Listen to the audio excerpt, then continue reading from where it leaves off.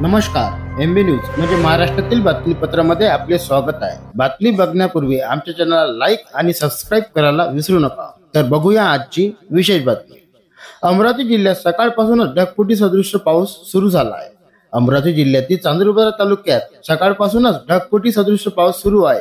चांदूरबाजार तालुक्यातील माधान, ब्राह्मणवाडा, चढी, सोनोरा अशा गावांना नदीचे स्वरूप प्राप्त झाले आहे।